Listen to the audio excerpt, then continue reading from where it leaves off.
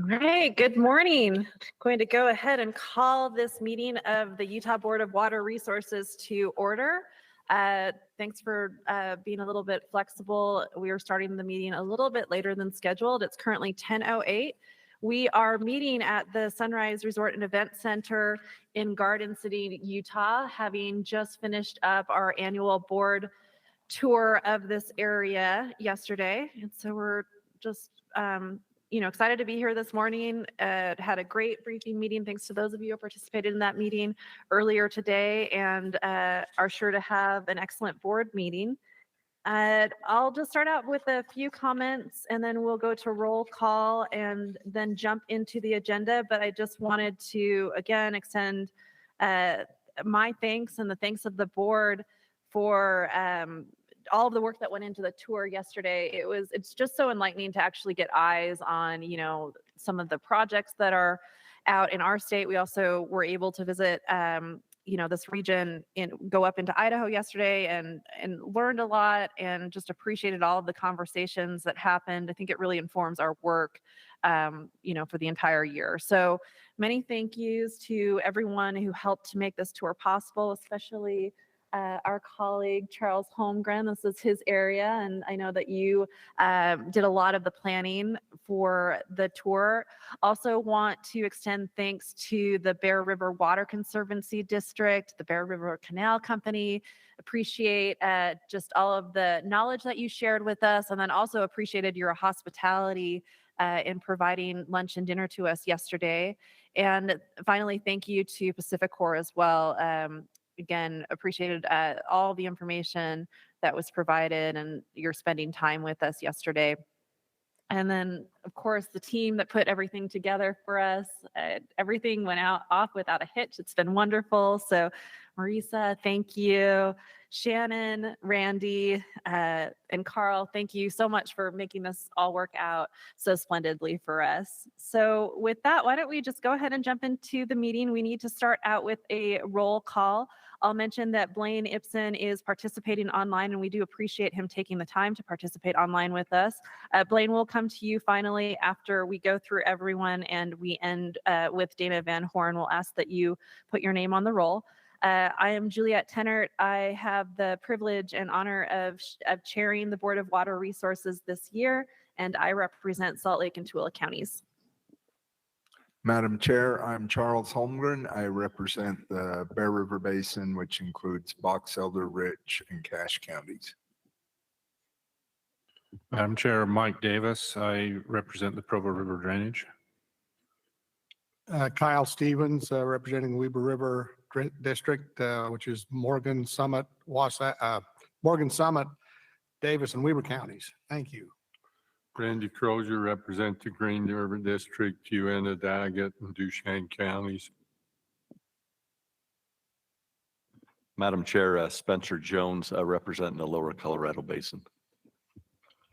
Dana Van Horn, representing the Upper Colorado Basin. Madam Chair, this is Blaine Ibsen. I'm participating remotely. I represent the Sevier River Drainage. Thank you. Director Hassenjäger, can you share with us for the record those of your team who are present today? Thank you, Madam Chair. With us today, we have Joel Williams, Shalane DiBernardi, Todd Stoneley, Marisa Egbert, Ani Baynard, Ben Merritt, Tom Moore, and Liz Harris from the AG's office.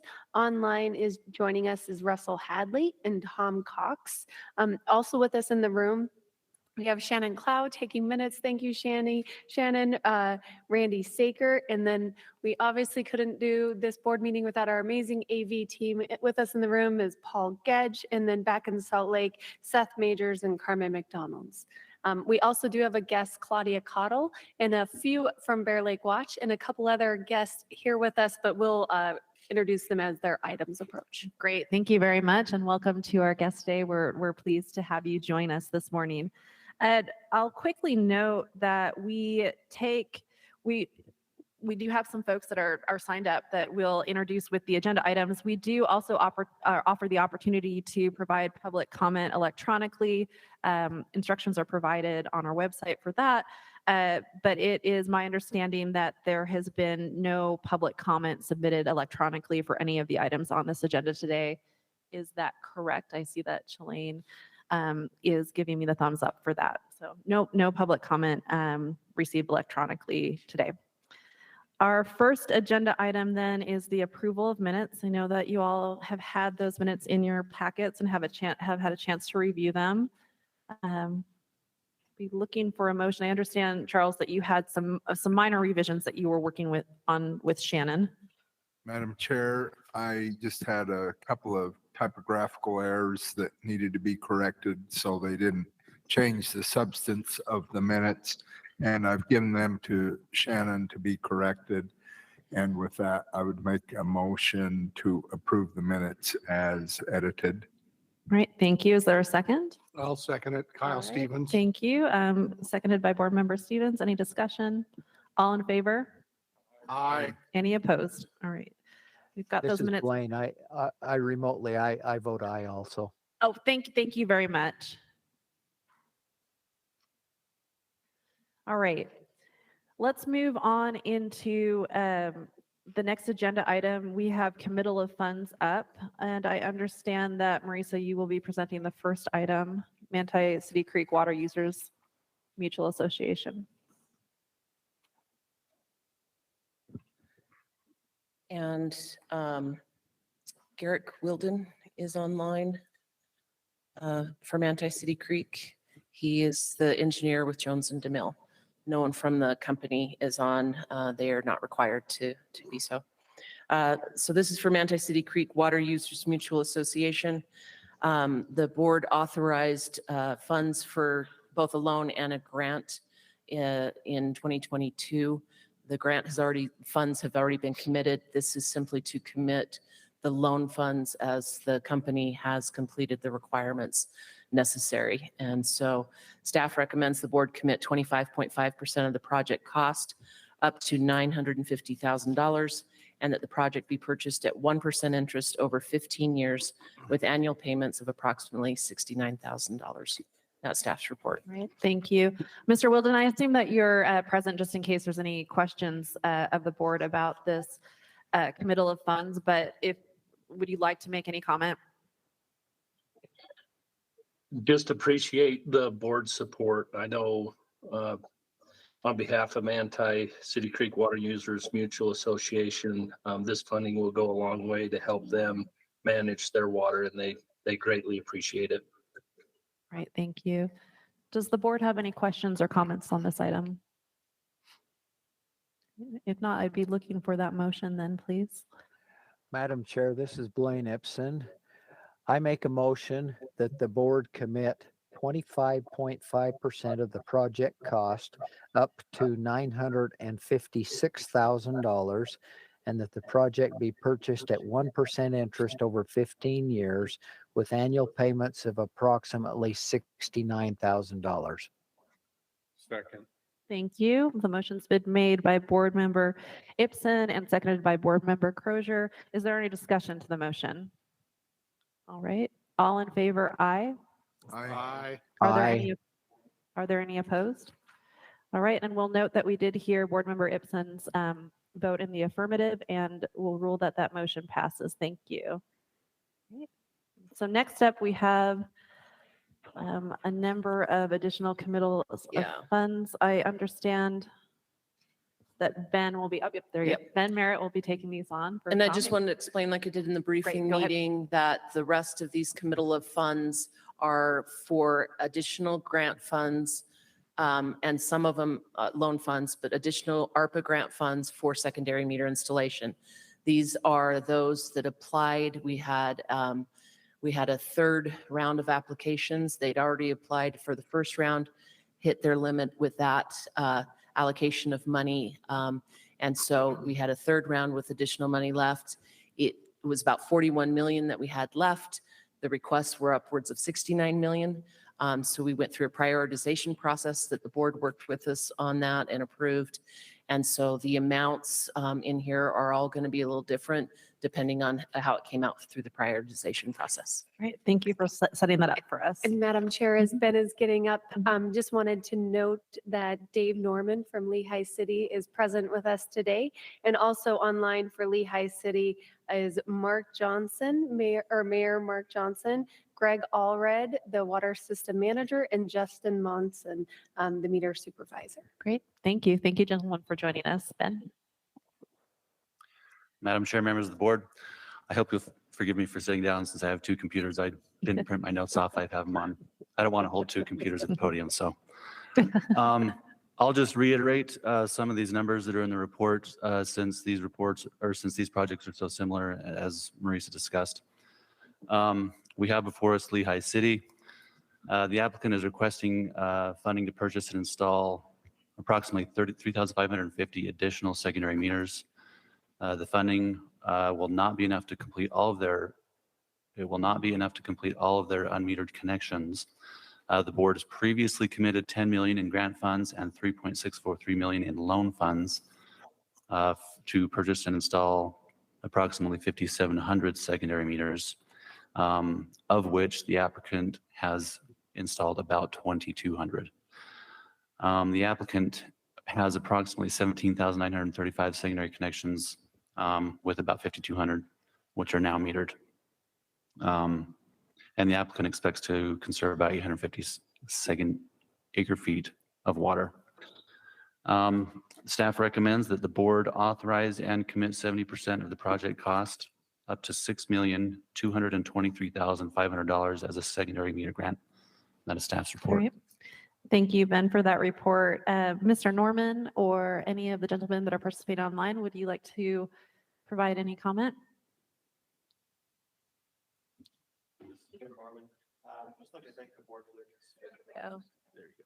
Sorry, I had to push the button. This is Dave Norman with Lehi City. We just want to thank the board for its consideration. So some of those numbers have actually been updated since that time. We're continuing to install meters on a daily basis. So we've actually got, I think he had, how many did you list that we'd installed? 2,200 is part of this grant, but 5,200 Yeah, total. we're already over 23, almost 2,400 installed. We're averaging almost 200 a month that we're installing. It's about 190 a month average. And so we're actively, and then we're pre-purchasing a bunch of the parts to get better pricing as well. I don't know how much information you really want, but fortunately in 2016, we started requiring that all new connections to our PI system were metered. And so we were able to get a bunch of those installed at that time. We currently have over 16,000 connections to our PI system with 11,085 that we needed to add with this program. And so fortunately, we do have several thousand that were already installed during that time period because as you know that Lehi City is growing really rapidly. So fortunately, we started that program back then. We anticipate it's going to cost us what was it? Just for our 1-inch meters, it's going to be over 35 million for this total project to update all of our meters. And so, like I said, any of these funds we really do appreciate. Obviously, Lehi City will be contributing quite a bit to that as well. But total to date, we've spent over $11 million just in the last year. So. Great. Thank you for that. And thank you for, I mean, this goes for all of our applicants, these secondary meters, but thank you for all of the efforts and the investment and the work that you're doing on this important program. And we appreciate you participating. And all the people that are online in our group, they're doing a lot of work and working hard to make this happen. So we appreciate all their work as well. Great. Thank you. All right. Yeah, go ahead, Mr. Johnson. Oh, I think we see that you are speaking, but are not hearing you. Let's see if we can. Okay. Oh, there we go. Perfect. Excellent. Yeah, Welcome. Thank you. I just wanted to thank you for your consideration. This does mean a lot to our city, so it's very much appreciated. I enjoy and appreciate your efforts. Thank you. Does the board have any questions for the representatives or for Ben? Or any comments? Okay. Great. If not, I'd be looking for a motion then. Madam Chair, I would make a motion. Recommendation of staff, I agree with. I recommend that the board authorize and commit 70% of the project cost up to $6,223,500 as a secondary meter grant. All right, thank you. Is there a second? Madam Chair, I'll second that. All right, seconded by Board Member Jones. Thank you. Any discussion to the motion? All in favor? Aye. Aye. Are there any opposed? All right, I'll rule that that motion passes, noting that it was unanimously approved, including the aye vote of Board Member Ibsen. All right, thank you. Congratulations. And Madam Chair, just as we were moving to the next item, just wanted to let you know that Rick Smith, manager of Davis and Weber Canal Company, Rodney Banks, a board member, and Robert Whiteley, another board member, is also online. Okay, thank you. Well, welcome, gentlemen, and we'll ask that Ben Merritt give the report for Project RM 115, Davis and Weber. Thank you. The Davis and Weber Counties Canal Company, they are seeking funding to purchase and install approximately 2,052 additional secondary meters. Again, the funding will not be enough to complete all of their unmetered connections. The board has previously committed 10 million in grant funds. I'm sorry, I think oh no, maybe I think I'm on the right one. The board previously committed 3.643 million in loan funds and 10 million in grant funds to purchase and install approximately 5,260 secondary meters. And the applicant has already installed 1,200 of those meters. The applicant has approximately 17,000 secondary connections, which is an increase of about 100 secondary connections since the last funding request. And about 5,100 connections total are now metered. Staff recommends that the board authorize and commit 70% of the project cost up to $5,129,000 as a secondary meter grant. Staff also recommends that the board authorize 25.5% of the project cost up to $1,869,000, and that the project be purchased at 1% interest over 15 years with annual payments of approximately $134,800. Not a staff's report. Thank you for that report, Ben. Do any of the representatives of Davis and Weber County Canal Company have any comments that they'd like to share with the board? Nothing specific, just thank you again. As you well know, we're actively installing meters. Yeah, thank you very much. And again, I'll just echo my comments for the last project. We appreciate all of the work and the investment that you're putting into this project. And we know that it's a lot.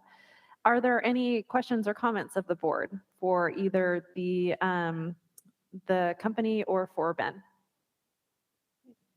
See none, or go ahead. Madam Chair, this is Yes. Blaine. I have a question for Ben. You have two recommendations there. Is that two separate motions, Ben? Or is it you going to combine them in one motion? I believe it would be two separate motions. Is that right, Ben? That's correct. All right, thanks for that. Thank you for that clarification. And thank you, Ben. So then I would be looking for, I guess, the first motion. Madam Chair, this is Kyle Stevens. I'll be happy to make those motions. In fact, the next 7 projects, I think, are in Davis and Weber counties. And so these entities have been very active and progressive in moving forward and taking advantage of the funding that's been made available. And so even though it won't complete all of their projects, it's a huge step in the right direction. So with that, I will make the first motion that the board authorize and commit 70% of the project cost up to $5,129,000 as a secondary meter grant. Second. All right, thank you. The motion's been made by Board Member Stevens, seconded by Board Member Crozier. Is there any discussion to the motion? All in favor? Aye. Are there any opposed? All right, we'll rule that that motion passes unanimously. Thank you. And then we'd be looking for that follow-up motion. I'll make the second motion, and that is that the board authorize 25.5% of the project cost up to $1,869,000, and that the project be purchased at 1% interest over 15 years with annual payments of approximately $134,800. Right, thank you. Is there a second? Madam Chair, I'll second the Right. motion. Thank you. Seconded by Board Member Holmgren. Any discussion to the motion? All in favor? Aye. Aye. Are there any opposed? Right, ruled that that motion passes unanimously. Thank you. Right, next up, we have project RM116, committal of funds and additional grant funds for the Bountiful Irrigation District. And Ben, you'll be presenting this one to us as well. Maybe just right before Ben gets Thank you, going, thank you. just a note that we do have a couple people from Bountiful Irrigation District, Kurt Gow, the president, and Curtis Anderson, the manager, that are online. Excellent. Thank you. Welcome, gentlemen. Okay, we have before us the Bountiful Irrigation District. The applicant is requesting funding to purchase and install approximately 3,970 secondary meters. It says the funding will not be enough to complete all unmetered connections. The applicant has already installed about 1,100 of their meters, and they have about a total of 9,800 connections. The applicant expects to conserve about 1,470 acre-feet of water. Staff recommends the board authorize and commit 70% of the project cost up to $7,389,000 as a secondary meter grant. And that's staff's report. All right, thank you for that report, Ben. Do the representatives of the district have any comment that they'd like to share with the board?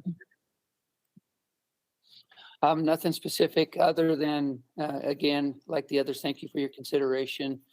We actually are up to about 1,400 installed now and anticipate finishing up rapidly.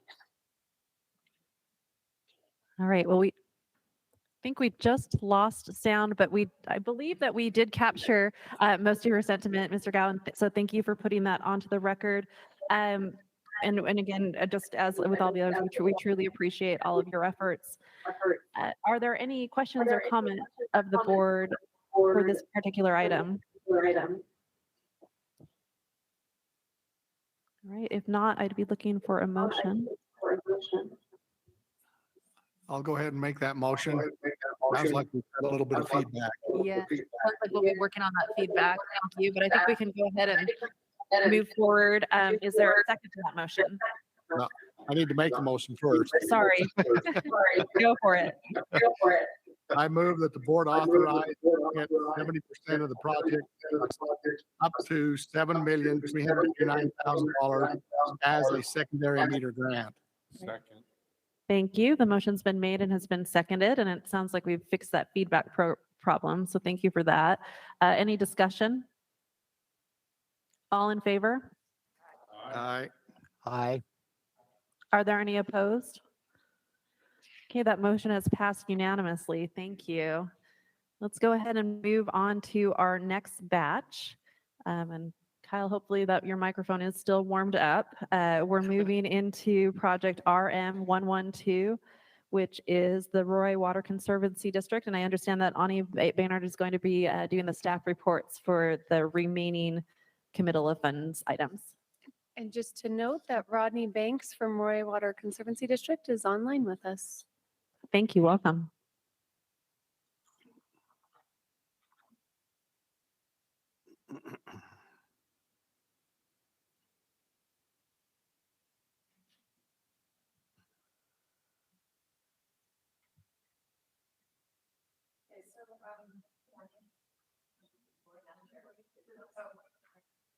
Good morning. The applicant is requesting funding to purchase and install approximately 2,020 additional secondary meters. The funding will not be enough to complete all unmetered connections. The board previously committed 10 million in grant funds and 3.643 million in loan funds to purchase and install approximately 6,000 secondary meters. And the applicant has already installed about 1,100 of those meters.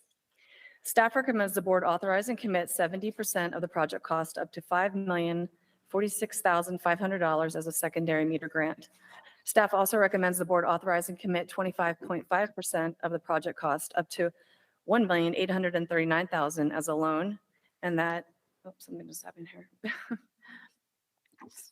Okay, sorry about that. There was something popped up on the screen. And that the bonded indebtedness be returned at 1% interest over 15 years with the annual payments of approximately $143,000, including reserves. Thank you for that report, That is Ani. staff's report. Appreciate that. Mr. Banks, would you like to share any comment with the board? Just like everyone else, we really are grateful for the consideration of the grant money, and we're moving forward. We appreciate all of your efforts. Does the board have any questions for either Ani or Mr. Banks? Or any comment? Seeing none, then we'd be looking for, it looks like we need to take this one in two motions. So I'd be looking for the first motion. Thank you, Madam Chair. I'll make that motion. The first one would be that the board authorize and commit 70% of the project cost up to $5,046,500 as a secondary meter grant. Thank you. Is there a second? All right. Was that seconded by Board Member Davis? Thank you very much. Any discussion to the motion? All in favor? Aye. Aye. Are there any opposed? Great. That motion passes unanimously. Thank you. Next up, we've got RM 113. We have another motion. Oh, on look this at me, one. look at me just trying to move through this. Okay, I'd be looking for the second motion for this project, which is RM 112.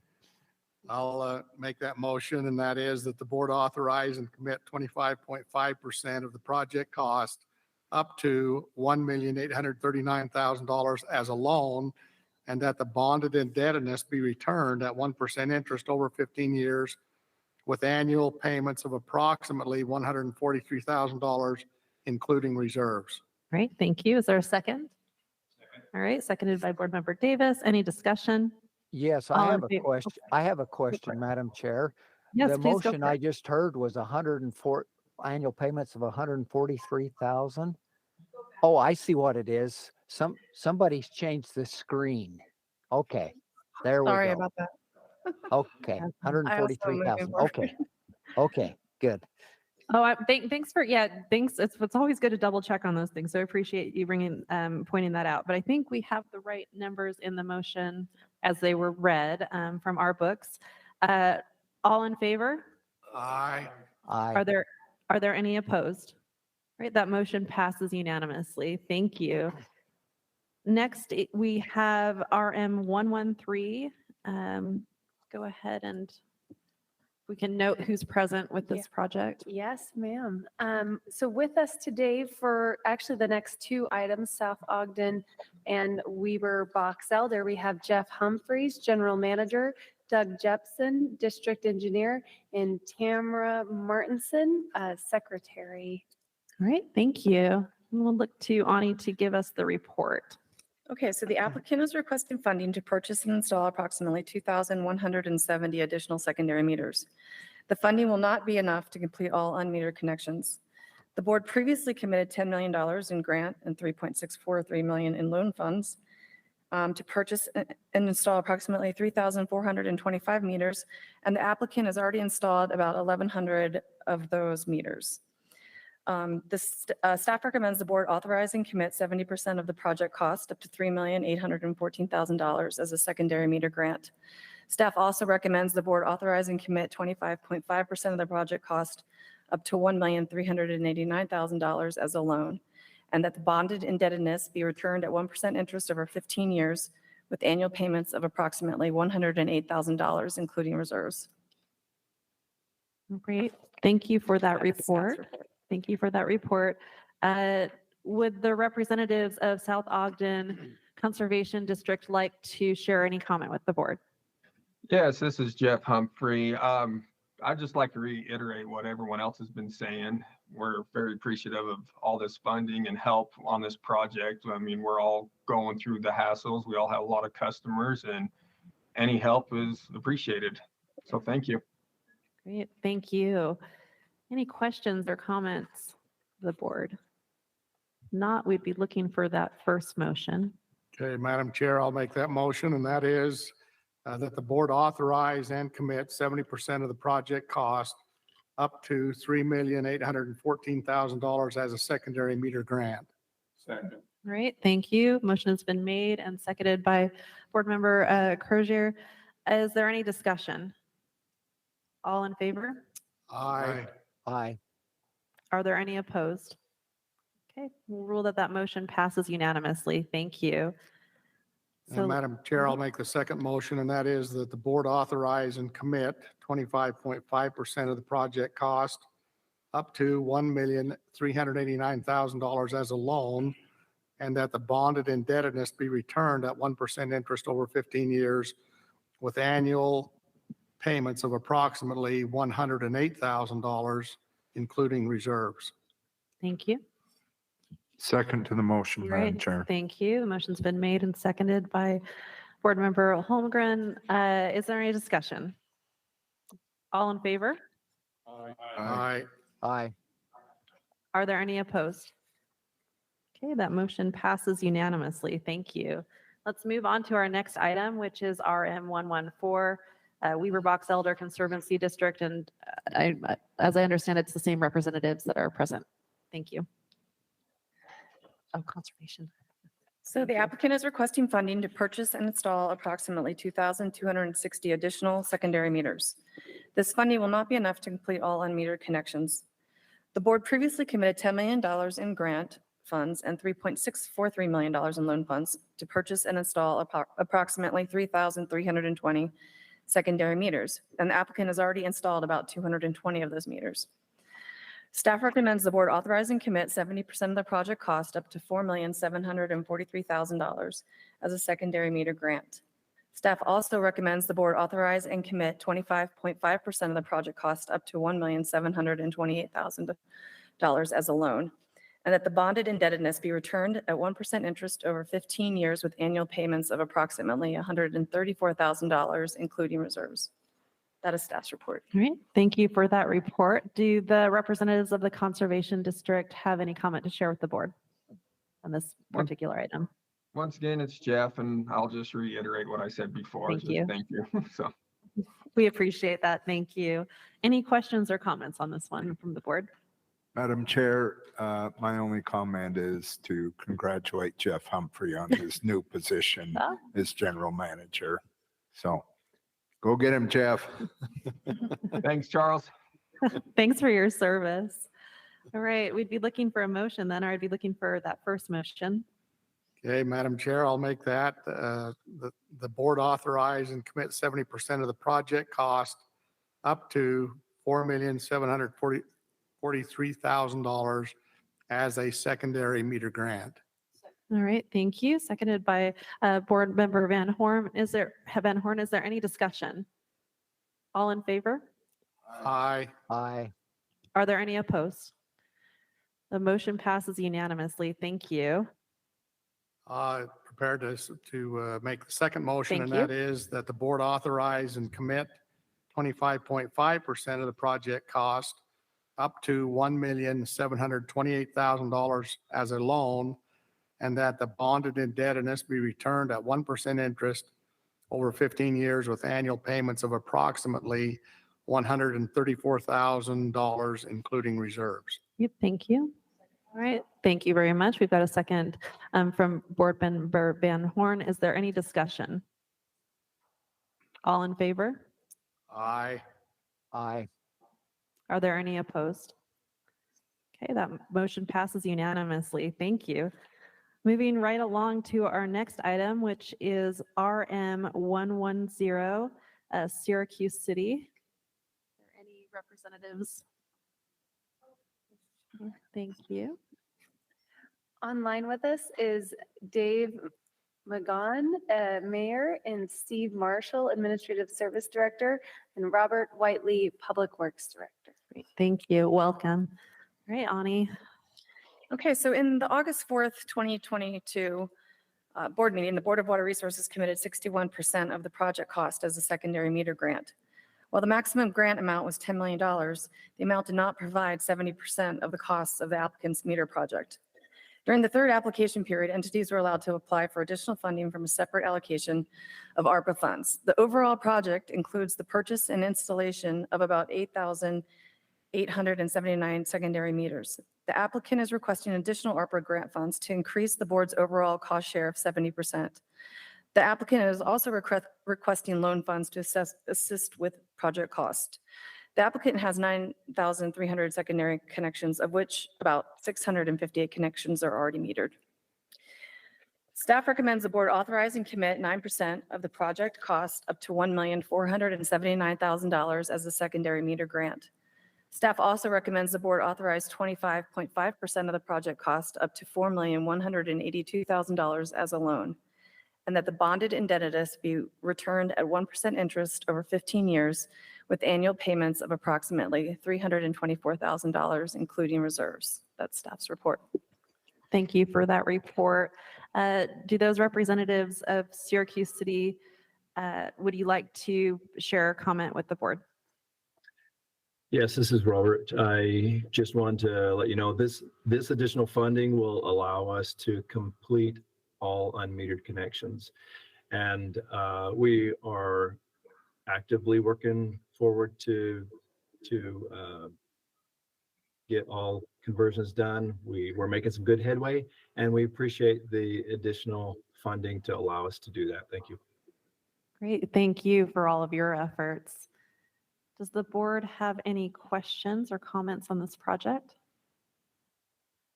Seeing none, we'd be looking for a motion. Madam Chair, again, I'll make that motion. And that is that the board authorize and commit 9% of the project cost up to $1,479,000 as a secondary meter grant. Thank you. Is there a second? Madam, All right. I heard there was a board member Davis that seconded that. Thank you. And I think very much supported by board member Jones. Is there any discussion? All in favor?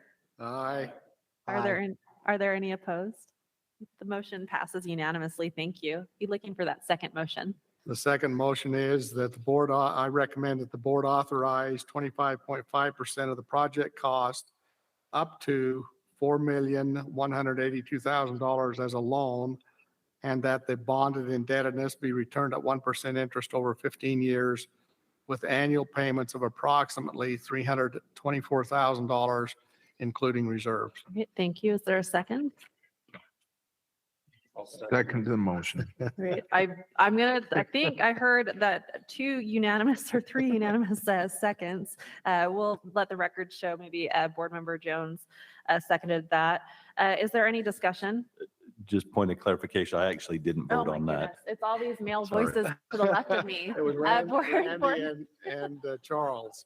Board member Holmgren. We'll let the record show that board member Holmgren seconded that motion. All in favor? Aye. Are there any opposed? Okay, that motion passes unanimously. All right, moving on then to our final committal of funds item, which is RM 111, Weber Basin Conservancy District. And with us online is John Perry. Great, Assistant General Manager. Welcome. So the applicant is requesting funding to purchase and install approximately 2,324 secondary meters. This funding will not be enough to complete all unmetered connections. The board previously committed $10 million in grant funds to purchase and install approximately 6,900 secondary meters, and the applicant has already installed about 1,800 of those meters. This staff recommends the board authorize and commit 70% of the project cost up to $7,277,000 as a secondary meter grant. That is staff's report. Great, thank you for that report. Mr. Perry, would you like to share any comment with the board? I would just like to thank Ann for her assistance in getting this grant application put together, and the board in their efforts to help kind of move this metering of our secondary system forward. It's the district's been engaged in this for over a decade. Yes. We see a lot of value in doing this, and so any assistance we get is greatly appreciated. All right, thank you for your efforts, and we do appreciate the leadership of the Weber Basin Water Conservancy District in this effort. Are there any questions or comments of the board? See none, would be looking for that motion. Madam Chair, I'll make that motion. And the motion is that the board authorize and commit 70% of the project cost up to $7,277,000 as a secondary meter grant. Thank you. Is there a second? Second. All right, seconded by Board Member Davis. Any discussion? All in favor? Aye. Aye. Are there any opposed? Thank you. That motion passes unanimously. All right, we appreciate that. Thanks to all of the applicants and thank you to the team for the presentations and the information. Let's go ahead and move on to our next item. It's a special item, RC 066, Hurricane City Frog Hollow Dam Safety, and Ben Merritt will be doing the presentation on this one. And while Ben's getting situated, online with us is Arthur LeBron, City Engineer. Good morning again, Madam Chair and members of the board. We have Hurricane City here with a project on Frog Hollow Dam. The Frog Hollow Debris Basin was constructed in 1955 by the Natural Resource Conservation Service. The dam was designed to reduce flood damage to canal systems and agricultural areas downstream of the Warner Draw watershed. It is currently 27 feet tall, has a length of 1,982 feet, and is capable of impounding approximately 1,400 acre-feet of water. The dam was raised to its current elevation and length in 1978. In 1980, 2 years later, sinkholes and cracking started to appear in the embankment, and a rehabilitation project in 1983 attempted to correct those problems, but failed. The dam is still having issues with cracking. A geotechnical report was completed as part of a plan environmental assessment, and the report concluded that cracking and sinkholes are caused, at least in part, by soluble soils that were used in the 1978 project. An additional report performed by Gerhard Cole analyzed boreholes and test pits, and it supported that conclusion. Bone and Collins Associates has performed hydrologic and hydraulic analysis as part of the design report on the dam, and it concluded that the auxiliary spillway could not pass the design storm without overtopping the dam. The primary outlet for the dam consists of a 24-inch reinforced concrete pipe, and video inspection of the pipe shows that it's actually in very good condition. However, the pipeline is over 40 years old at this point, and once you essentially remove most of the material of the dam and dig down to the pipe, and you're there, you've done most of the work. You might as well replace it so that the pipe can age in conjunction with the rest of the dam, so that the pipe doesn't reach its design life before the rest of the dam.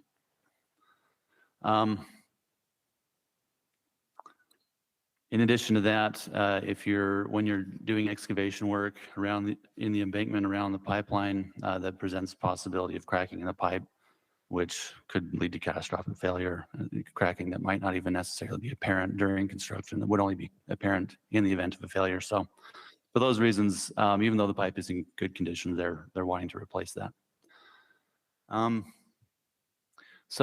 Rehabilitation of the dam will include removing and replacing problematic soils, capping the top of the embankment, armoring the upstream face with cobbles, installing a 2-stage sand and gravel filter, lowering the crest elevation and sloping the exit channel to increase the capacity of the auxiliary spillway, removing and replacing the primary outlet pipe with 30-inch HDPE, which will be encased in concrete. And the project is hopefully going to begin this fall and be complete in the spring before the monsoon season. Otherwise, if they're under construction during the monsoon season, that will leave them unprotected from any potential storms that come through. The project, as I mentioned, is an NRCS project who is doing the design, or they're assisting with the design of the project, and they're also a major funding partner of the project. Staff recommends that the board commit 28% of the project cost, up to $2,296,000 as a dam safety grant. And that is staff's report. Thank you for that report. Mr. LeBron, would you like to share any comment with the board? And I apologize, Madam Chair. I actually, he's on this list, but then when I looked at the actual attendee list, he's not on there. Okay. I would mention that he's not required Sure. to be here, so we don't necessarily need him here. All right. Well, if there's no representatives online, we'll go ahead and just move over to any questions or comments of the board. Does the board have any questions? I have a question that I probably should have asked in the briefing meeting. It's more general, but what is the regular design life for like piping of this kind? It varies. The reinforced concrete pipe that's in there, it's, I mean, probably 50 to 100 years. Okay. Okay. Yeah, I just It's an honestly. estimate. Okay, that's good. Yeah, honestly, I just want just so I kind of understood. I think the reasoning around the replacement makes complete sense, but just a point of information that I was interested in. Thank you. The HDPE pipe that they'll be putting in probably has a similar design life. Great, thank you. Go ahead. I just had a question because I can't remember what you said earlier about what the NRCS's minimum pipe size was. It's 30 inches. I think I said 32 earlier, but it's 30. I thought you said 32 and then they were Yeah. putting in a My 30 and then I mistake. thought that was a little odd. Yeah.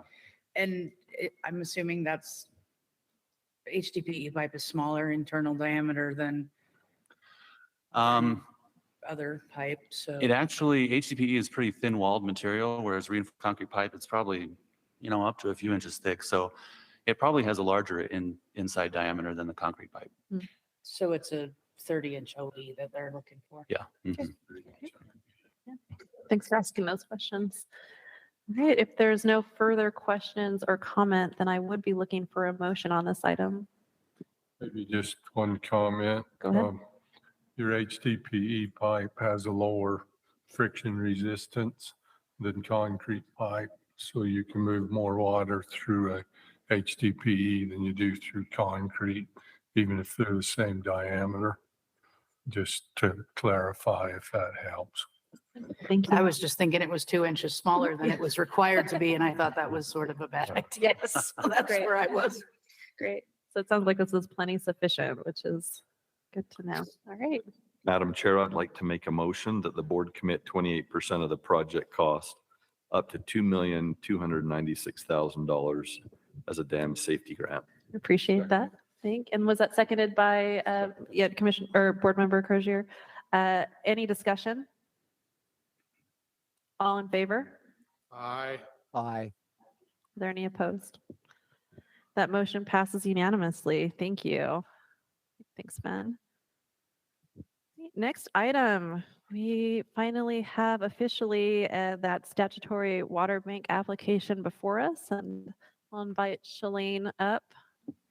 And while Shalane's coming up, Madam Chair, if I may introduce Ryan Goodrich from Ashley Valley Water and Sewer Improvement District is here in the room with us. Great, thank you. And Keith Despain from Vernal City, both representatives. And then online, we have Justin Whittaker from WetX.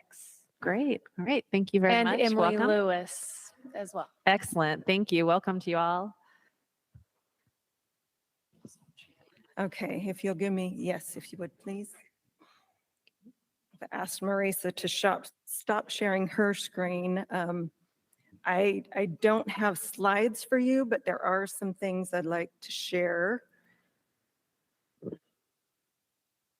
Okay, I was going to say, Keith, come on up. Thank you. If there are questions, they're probably going to be for you, not me. So I think a lot of us are excited to have this come to you today. I wanted to start off actually with this. Before we jump into this bank specifically, this is the code about water banks. And I think this in particular, I wanted to highlight because I think that's what this water bank has done. These are the objectives laid out in Utah code for water banks. To one, promote A, the optimal use of the public's water, B, transparency and access to water markets, C, temporary, flexible, and low-cost water transactions between water users, and D, Utah's agricultural economy by providing access to water resources and income for Utah's agricultural industry. And 2, to facilitate a robust and sustainable agricultural production while meeting growing municipal and industrial water demands, such as fallowing arrangements.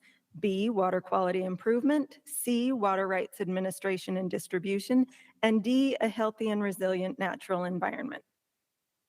And I think as I went through all of the documentation on this bank, I realized that's really what they are attempting to do with this first water bank of Utah. And I don't know how many of you took the opportunity before this meeting to go to our website and look at what we've made available online, what was submitted by the applicants. Vernal City and Ashley Valley Water, Sewer, and Improvement District are considered co-applicants on this application, while they completed a very thorough, oh, is it not gonna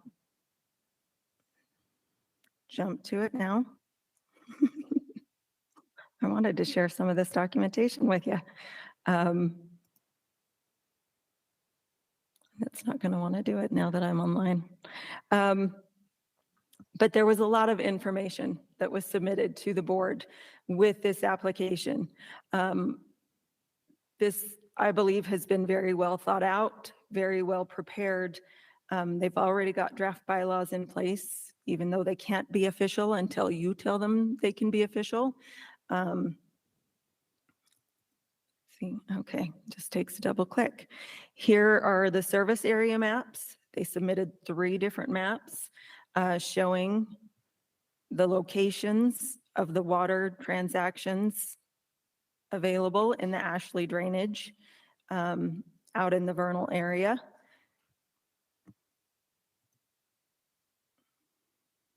I think one of the things that was interesting was, even though it's titled an internal memorandum, they wanted this on the website. They wanted this public. They wanted to be open and transparent, that these are what we see could be the initial transactions. There are already multiple contracts in place for water transactions in this basin, and putting it in this bank is now an option. I appreciated when I was out in Vernal at the September 5th meeting, one of the comments made to me was that historically, part of the problem with water transactions is you have to know somebody. You gotta be the right person or know the right person to be able to even be involved in water transactions. And I think one of the points of this bank is to make it open and available to anyone interested. Having the digital platform, the electronic platform, makes it so anyone can go online and see what's available. Is it in my area? Is this something I can use? Is this something I can do? So I don't think it's necessary to repeat everything that was in the board folder. It's a very lengthy report detailing all of the information submitted. Let's just say that Vernal City, with their perfected water right, does make them a qualified applicant for a statutory water bank.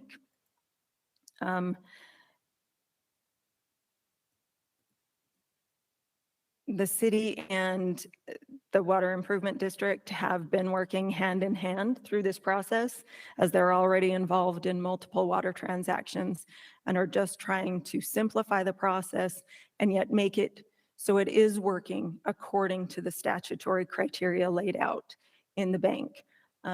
So with that, I would open it up to any questions. If there's anything you'd like to ask the applicants or myself, we are here.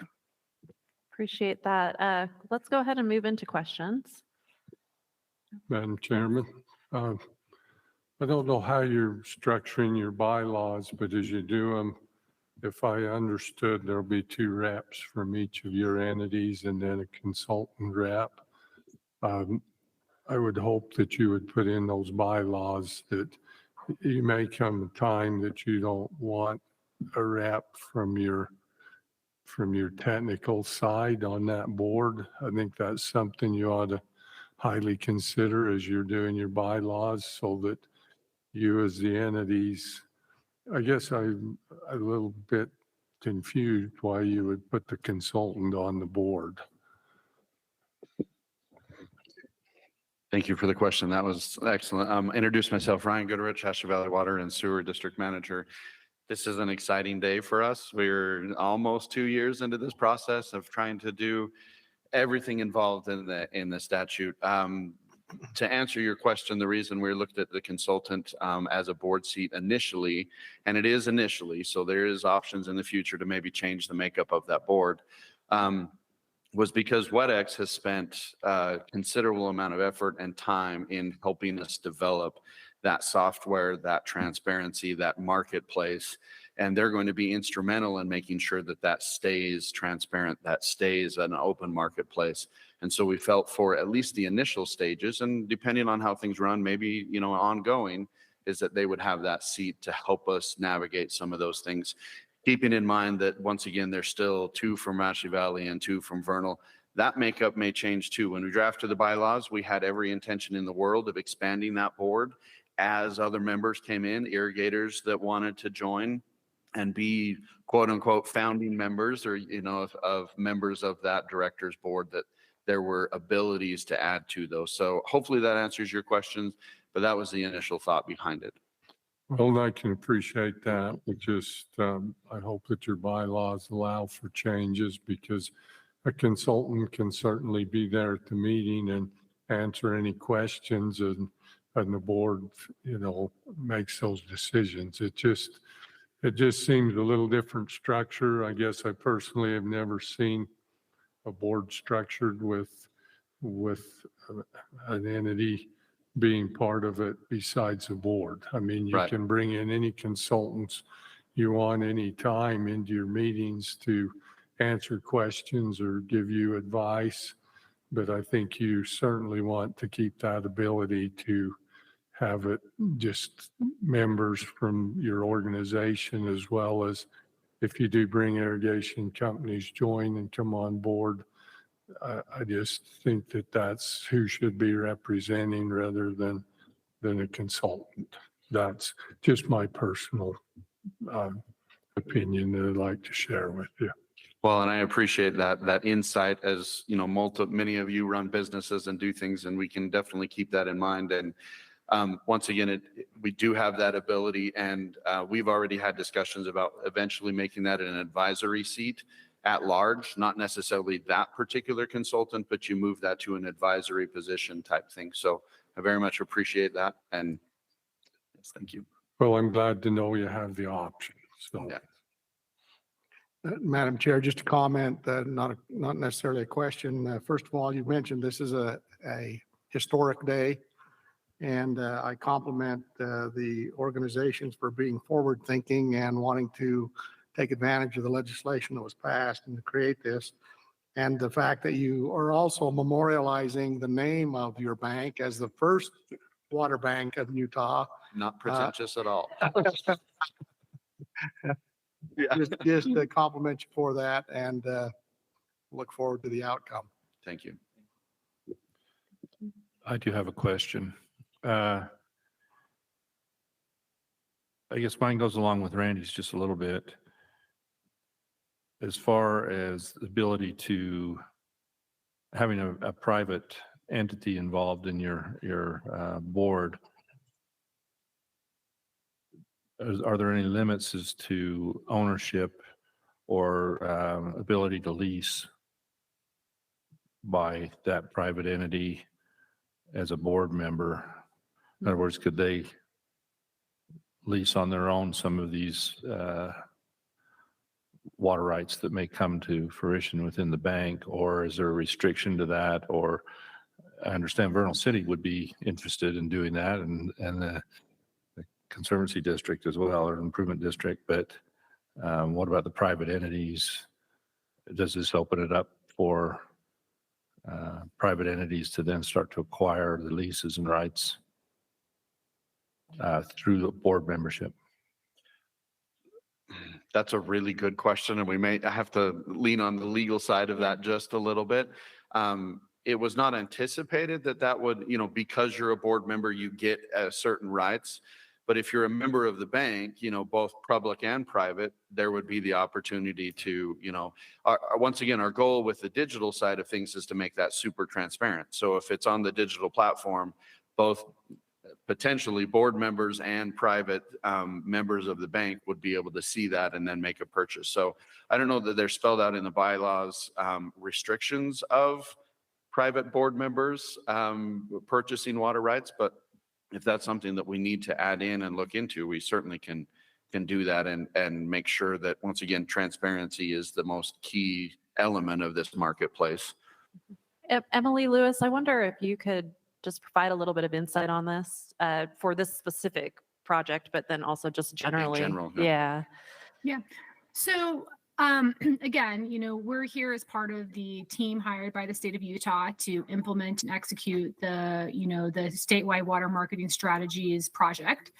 Part of that is, studying marketing strategies broadly, but also, pilot projects to get our Water Bank Act off the ground as well. So, the theory behind the water banks, both contract and statutory, is that the independent local parties can design a leasing transaction that they deem in their interest. And so I think in general, that's just something very helpful to think about in terms of, what we heard loud and clear in both drafting the statute and also its implementation, is that local parties really wanted to maintain control of what those structures look like. So if a leasing under the statute, if a party wants to include a mix of private and public interests, we haven't prohibited that or anything like that. We indicated that the statutory water bank just has to be a legal entity, and then they can decide who participates. So broadly speaking, we don't have any kind of restrictions. In working with the applicants on this particular project, again, they're going to be the most experts on, their proposed bylaws and the application. From my outside perspective, it seemed that, their participation. Emily, we've lost you. Oh, can you hear me better now? If I take off the. Up your back. Yeah, I think it was on our end. Thank you. Okay.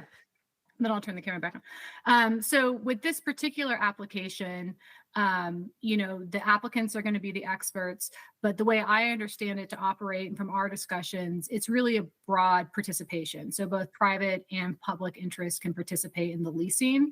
The board structures shouldn't have any effect on who participates. As Ryan indicated, a member of the bank can participate like any other member of the bank.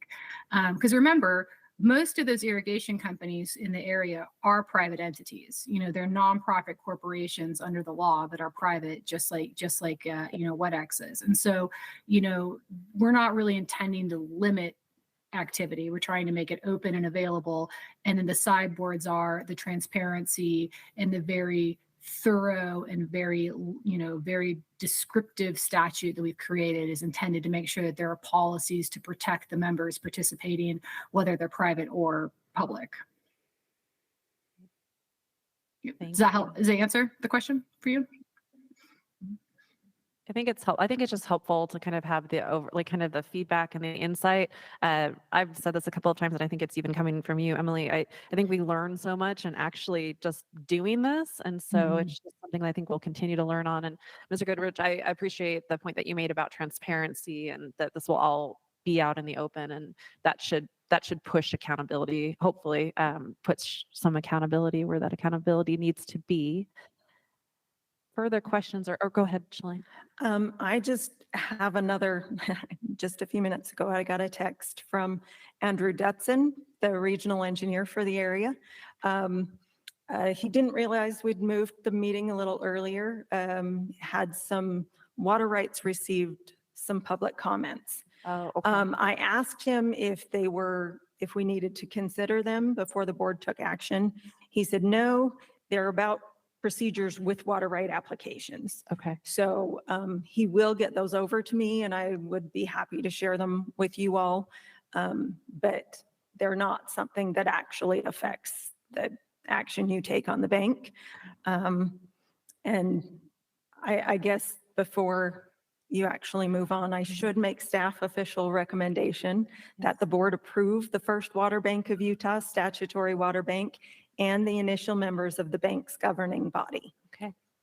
Thank you for providing that official recommendation and also that additional information. We talked about this in the briefing meeting, but just to make sure that it gets on the record for the minutes of this meeting, Shalane, can you share on, aside from what you just shared on Andrew Dutson's Yes. messaging, could you share on the, so we basically kicked off this process with a meeting to invite public comment. Can you share on what public comment came in from that? Yes. So other than the state engineer's office, the Division of Water Resources has received no public comment. We had the public hearing in Vernal. That was also an electronic meeting to kick this off. And there was no one who spoke at that meeting either, in respect to the bank, no one that had any concerns. And over the last 30 days, we have received no public comment online. Right. Thank you for putting that on the record. One other question or comment, to help clarify, the water bank is going to do leasing. You're not purchasing water rights. You're leasing. Is that correct? We're not purchasing, no. Right. But what the goal of the marketplace would be is to allow options for people who either want to do leasing or purchasing within the service area of that. So there may be times that there are water rights for sale, or water shares, we should say, in reality, water shares that are for sale. Amongst those, the real goal of it, a lot of it is the marketplace itself, to say, here we can facilitate a whole bunch of these. I would say that the vast majority of those are going to be leases amongst shareholders to move water in one spot to another. Well, I just wanted to clarify that because with your mutual irrigation companies, they own the water rights. Shareholders, individuals have shares that can be sold or traded or whatnot or leased. But the water right itself lies with the irrigation companies. Correct. At least to my knowledge, there may be some few exceptions, but for the most part, those are, a shareholder has the right to do certain things under the laws and under the bylaws, but they don't have the right to market water rights. And as stated in the statute, one of the objectives of a water bank specifically is temporary. Okay. Well, that was my understanding, and that's why I wanted some clarification, was I felt that it was more for temporary leases than it was for actual purchase and movement of shares or water rights. It was more the ability to lease those shares for a time frame. And so that was, I just wanted that clarified, because my understanding, it was not to purchase shares, it was more for a temporary leasing type deal. Am I right or wrong, Shalane? No, you're right. Okay, and so I wanted you guys to understand that as well, as it's for leasing, not for purchase. And I think Temporary. an additional clarification I would make is that WetX involved with the bank, the actual bank makeup will be for temporary and flexible leasing water transactions. WetX may have on its website opportunities for purchases that could be outside of the bank, Okay, but it wouldn't be part of the bank. of this first water bank. Okay, I wanted that to be clarified because I think there was some misunderstandings and wanted to make sure that we understood what we were truly approving. And so, And I think the other thing to note is, and it's highlighted in the report a little bit, nothing really happens until the state engineer's office says Right. it's okay. it has to go through the process Absolutely. of the change application and those restrictions that will be applied with either if there's conveyance losses or what acres it's going to verify that it doesn't deliver water over the restricted amounts on those lands, whether it's acre feet or CFS that's Right. allowable for it. So, Right. The so I board's, think it's important that we Yes. so I think there's a lot of sideboards on this, and my hat's off to you to, I've been involved in the water most of my life, longer than I'd like to admit, I'll be honest. I didn't get this just from wandering through the picnic in the forest. Anyway, but I just wanted everybody to understand what we're truly authorizing here, and I'm supportive of it. Don't take it wrong. I just want us to understand what the statute is and what truly can be done.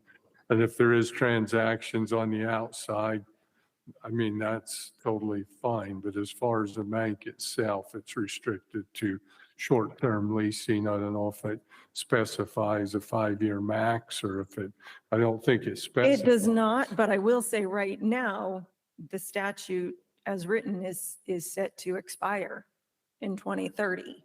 And so if it's not extended, then everything at that point goes away. Would go away. So, and also to clarify, the board's approval is of the bank. All the transactions that occur within the bank are the water rights involvement. And that was another question where it says we're approved the initial members. Do those members need to be listed? They are listed in the application. Okay. I But don't do know they if need you, listed in the motion, or we I covered? don't know just that a it needs to be. question I had. If you'd like me to get it on the record, we I can. appreciate, I think again, because this is kind of new to everyone, and we want as much like clarity and transparency as possible. I think it'd be wise to put those names into the motion If if someone possible. were to read this and says the initial members, it doesn't tell anybody who the initial members are. And so I wondered if we needed But to I think have the Okay, initial let members. me. Yeah. And while we're pulling that out, I just wanted to go to Mr. Despain. Hopefully, Thank you'll you. correct me if I've said your Nope, name you're- incorrectly, but thank you so much to both of you gentlemen for being here, and I'll just Yeah, go ahead. Thank you, Keith Despain, Vernal City. Just to your question about the temporary versus the permanent transactions in the water bank, in our specific area, we have a lot of people who have temporary needs or temporary excess of water, and that's really what we're trying to address. In my mind, I think what this is a kind of a try before you buy option. So if everything works out on the temporary basis and the two parties wanted it to become a permanent basis, then they would go through the proper procedures, whether it be through irrigation companies or the Division of Water Rights, to make the permanent change. But this would be the temporary platform. Okay. Well, I appreciate that clarification. I have a question relative to that last discussion, and that is if we, as a part of the motion, name the people, the individuals that are a part of that, and there happens to be a need for a change, do they then have to come back to the board to get authorization for that change? I wouldn't. No. I would say not. No. The initial members are set up. I think those initial members will form the bank, adopt articles of incorporation and bylaws, and then if they need to make a change, they'll make a change. So I would ask, to that point, the names that I've put up on the screen that you submitted on your application, are those still the initial members of your governing body? Ryan Goodrich and Brownie Tomlinson from the Water, Sewer, and Improvement District, Keith Despain and Quinn Benyon from Vernal City, and Tyler Dow from Wet X. Are those correct? Yes, those are correct. Great. And again, we approve the initial, Yes. and then after that, Yep. they manage. Absolutely. I've got one more question. I think the last meeting, the Vernal meeting, I asked the question about what the state engineer's office is doing, looking at the water rights of the area.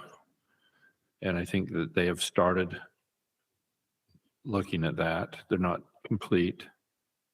Is there anything to protect those that lease if there were a change in the rights of the sharers once they go through that, once the state engineer's office goes through that process. I mean, I'm not anticipating there would be any problems or anything. I'm just wondering if those at least water rights. So are you talking about the final adjudication Yes, process? yes. Did we have a hand go up? Emily, Emily's got her hand up. Good. Hopefully she's got an answer. Yeah. So the adjudication process would kind of be separate and distinct from the banks, but that is going to give us a contemporary picture of what the status of the water rights are. The state engineer will go through a similar quantity impairment analysis during any kind of change application process to when a water right is put into the bank through the, a change application is filed to put the change application in. At that point in time, the state engineer will look at the validity of the right and everything like that. But once a water right is approved to be in the bank, it is protected from forfeiture. That is one of the benefits that the water users wanted from the water bank statute. And so once it's approved to be in the bank by the state engineer, as long as it's in the bank and is, subject to active leasing and, it meets all the criteria, that water right is subject to forfeiture protections. And we did that to make sure that, irrigation companies who have like a developing service area could put their water right in and then feel good about having the full value of the water right protected while various land use changes occur, and they can put that water to use doing other things. Thank you. Excellent answer. Thank you. Mr. Matthews, online, you had a hand up. I'm not sure if I did, thank you. Dan Matthews, I'm involved with WetX, and I'm also a water attorney. Emily answered most of what I was going to say, so that's why I took the time back down. But we're not trying in any way to supersede the state engineer. In fact, Andrew's been wonderful to work with. He is an enthusiastic supporter of the water bank idea, and so everything we do will be totally in compliance with their rules and regulations. Thank you. I appreciate those clarifications and thank you. All right. Are there any other questions or comments of the board? Well, I'll just say, we're just about to go into a vote here, but I will just say thank you to everyone who's been involved. I know this has been a lot of work coming to this point, and I know that it will be a lot of work moving forward, but I just want to acknowledge, your service in getting to this point. And so thank you, gentlemen, and thank you to those online who are participating as well, and to everyone who's been engaged and involved in this. Would be looking for a motion with that. Madam Chairman, I'd be happy to make the motion. All right. I move that the board approve the First Water Bank of Utah statutory water bank, and the initial members will be Ryan Goodrich, Brownie Tomlinson, Keith Despain, Quinn Benyon, and Tyler Dow of the bank's governing body. Second. All right, thank you. So we've had that moved by Board Member Crozier and seconded by Board Member Davis. Any discussion to that motion? All in favor? Aye. Aye. Are there any opposed? Right, that motion has passed unanimously. Congratulations to the First Water Bank of Utah. Excited to continue to work with you. And Madam Chair, before we move on, if we could, Emily had one more short statement she wanted to make. Excellent, thank you. And thank you. I have to say thank you to Emily. Yes, She yes. works her tail off for this water Yeah. banking stuff, and she's been so helpful as we've moved through the process as well. So Emily, take it Appreciate away. that. Thank you. Well, this is all of this is a team effort. We would never be. This is hundreds of hours from hundreds of people. So it's exciting to kind of see it all come to culmination. I've got two short comments. One, can you please take some pictures so we can put them on our website? Yeah. And then two, we're kind of wrapping up the water banking project. As everybody knows, we only had a 3-year contract, which is kind of set to end at the end of 2023. And so we're hoping at the December board meeting, just having a quick wrap up with you guys to kind of show you the final items. However, we've done so many amazing things in the last 3 years. These applications are really just one component of it. At I think the August board meeting, I kind of showed you our website that's under development. We're going to have all these amazing tools.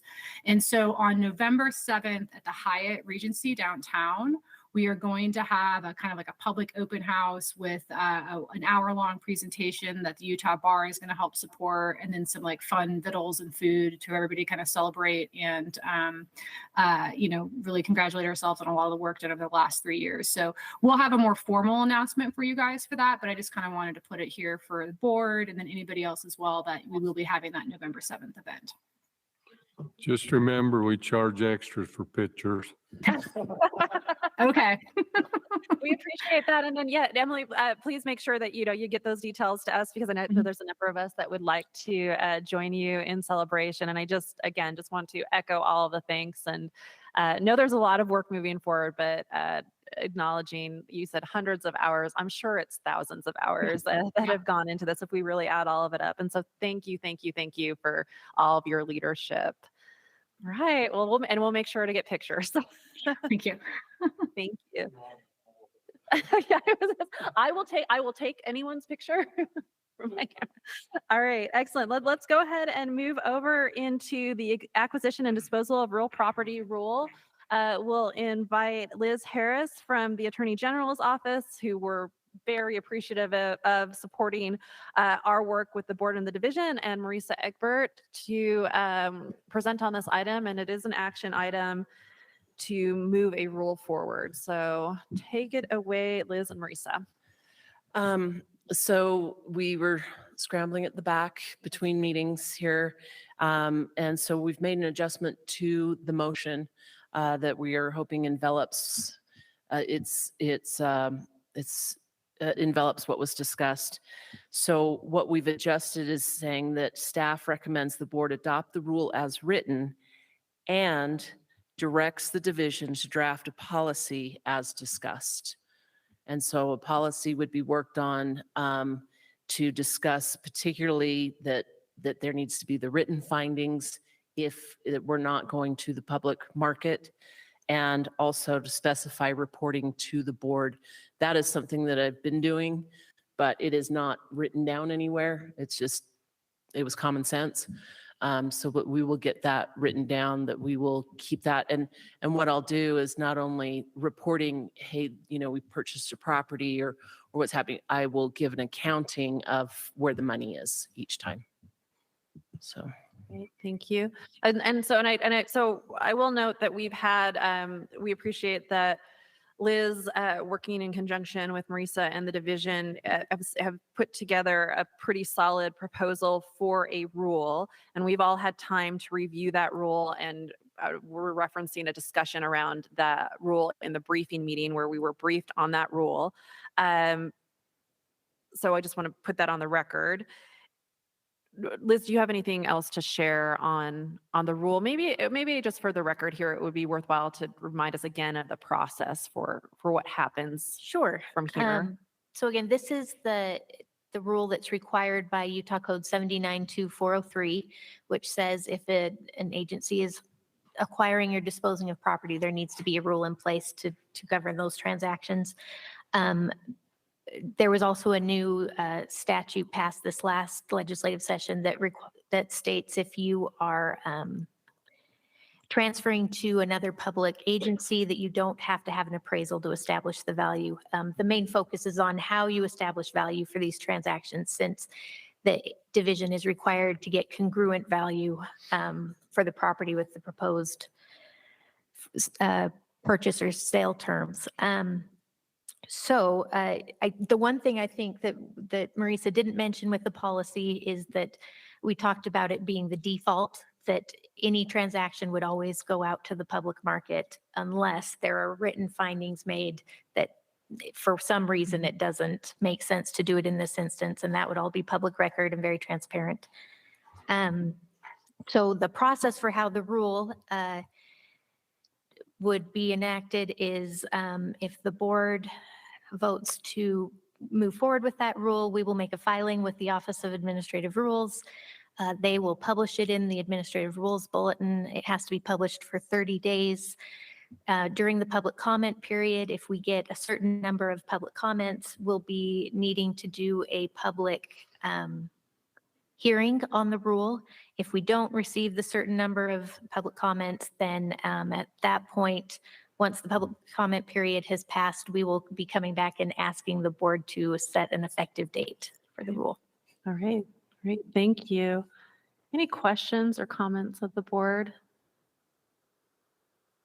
I'll just clarify and I appreciate how you've laid out the process, and then also how you will work with us on like the policy for some of like the standards of practice around this. So I will just clarify that the rule as written includes nothing in this rule shall be construed as requiring the division when selling or disposing of real property or an interest in real property to solicit bids, and this is at the very end, advertise its interest in selling or otherwise use a competitive solicitation process for finding potential buyers. And so we're just looking for the policy to address like those things that you've talked about. And in addition to, and like specifically one of these things is that we, as the board can provide direction on, you know, potentially using a competitive solicitation. And so that, just to put that on the record, that that's part of, you know, what we'd like the policy to contemplate in addition to the rule. All right, so seeing if there's no other questions, then would be looking for a motion on this one. Madam Chair, I'd like to make a motion that we adopt the rule as written and direct the division to draft a policy as previously discussed. All right, thank you for that motion. Is there a second? Second. All right, seconded by Board Member Davis. Any discussion? All in favor? Aye. Blaine, did I hear? I don't know if I heard you. Yes, I said, I voted aye. Blaine, give us 1 minute. I think we're having a little bit of technical audio difficulty, but we want to make sure that we get your vote on the record. Can you hear me now? Yes, we can. Thank you. Can you put your vote on the record? Yes, I voted aye in Excellent. favor of the motion. All right, thank you. I will rule that that motion passes unanimously then. Thank you. All right, thank you. So next we have the cloud seeding fund report and a request for funding. Todd Stoneley will be presenting this item.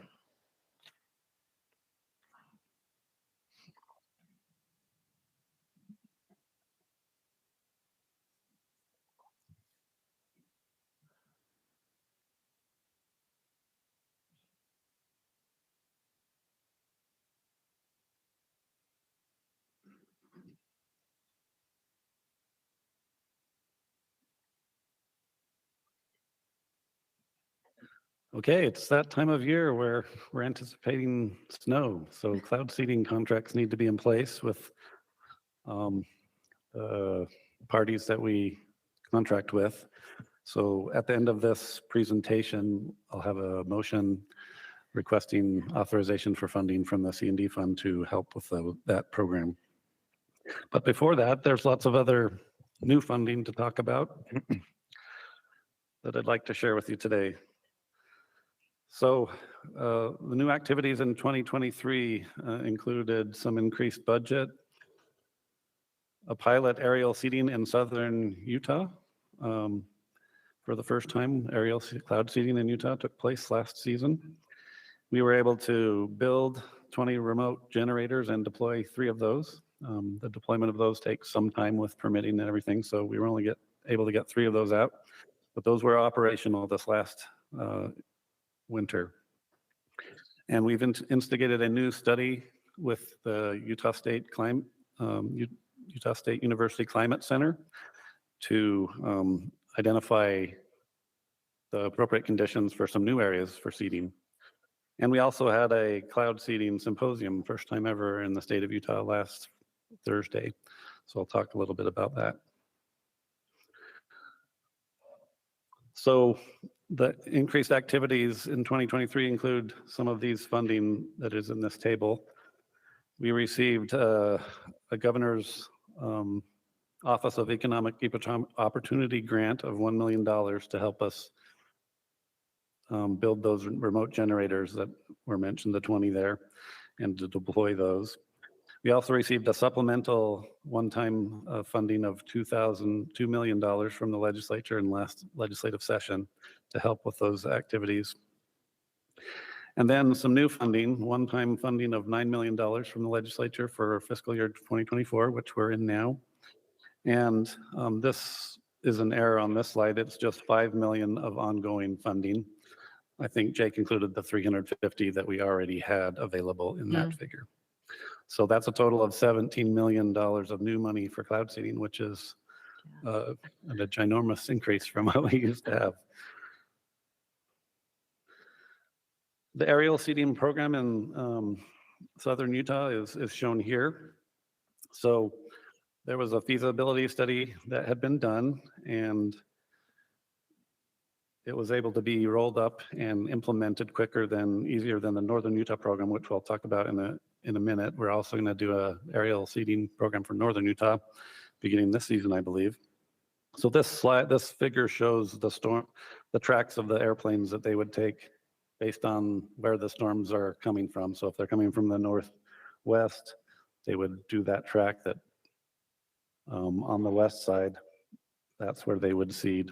But if the storm's coming from the south, which it happens occasionally in the winter, they would do that southern track of the airplane.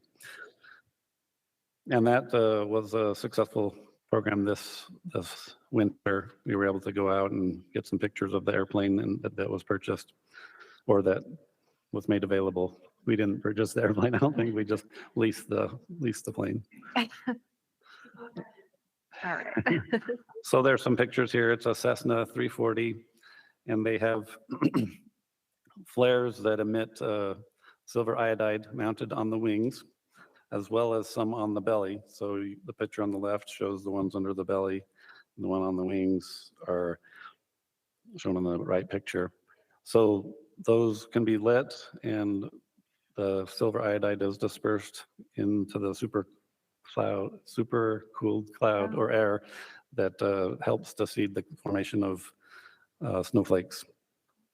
And then they do the bursts at the bottom to just kind of do a burst periodically as well. So that's a cool program, and we'll have another airplane situated in northern Utah with some different plane routes that they will take. The remote generators, as I mentioned before, 20 custom remote generators were built. And we got to see one of these mid-elevation models at the symposium last week. But there's a picture of it there. It's a propane tank, as well as equipment and silver iodide located inside the trailer there, protected from the elements.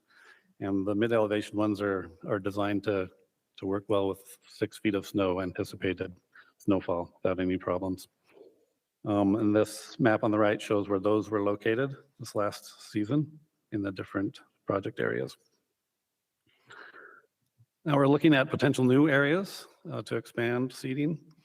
So that's the study I mentioned with USU Climate Center. They're analyzing the precipitation and inversion frequencies during the seeding season, evaluating the suitable seeding conditions, and they're going to test the trajectory for ground-based seeding generators so they can site those in the most ideal locations, as well as the remote ones that they deploy. So these are 2 areas north of Salt Lake Valley, along the Wasatch Front up through Morgan and Weber counties, and Davis counties, that haven't traditionally been seeded. I think in the past they may have been a little bit, but not actively. And the reason for that is these are not mountains that are necessarily feeding water to reservoirs. So they haven't been part of our long-term program for seeding. But with this new money, we're going to be able to seed lots of the mountain ranges. And these obviously feed the Great Salt Lake also, as well as the Colorado River Basin. So it would be beneficial for those reasons. Mentioned the first ever cloud seeding symposium. It was held up at Snowbird. And this is a picture of some of the attendees and the remote generator that was there. And that was an exciting event. We had people experts invited from around the Intermountain West in California, come and talk to us about their programs, as well as some of the science experts that are doing research on cloud seeding. And they showed some exciting research that had been done with Idaho's program, actually showing on a radar that when the plane goes by, the snow forms and starts to fall, where otherwise it's not doing that. So it's kind of really cool. That's the first time ever they've been able to definitively prove that it does do what we've claimed it to do. Yeah, although we've always believed that it was accurate, and we could prove it, at least demonstrate it in some of the other target, or can't remember what they call it, but they do an area that's not seeded and compare it to one that is, and do some relationships, and they could show that it does increase seeding. But anyway, this gives additional evidence to the theory of cloud seeding. This is a chart that you've seen in the past that shows the cloud seeding over the years. The state of Utah has been funding cloud seeding ever since the mid-70s. We've actually been doing cloud seeding since the 50s, but state funding came online in the mid-70s, and you can see that it was pretty strong there through the 70s and then tapered off in the 80s when we had those huge snowstorms and big snowpack years, and then started to build back up again, with the local share being consistent throughout. And then back in about 2007, I think, the lower Colorado River Basin states got together and provided funding to help expand the season that we seed and provide some other metering and other devices that help us gauge the correct conditions for seeding.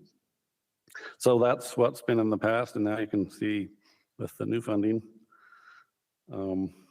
I think that local part is incorrect. It should be, the blue part should be the gray part on this chart. That's the state funding that's available or that we spent in 2023. And it will increase to 5 million going forward, ongoing.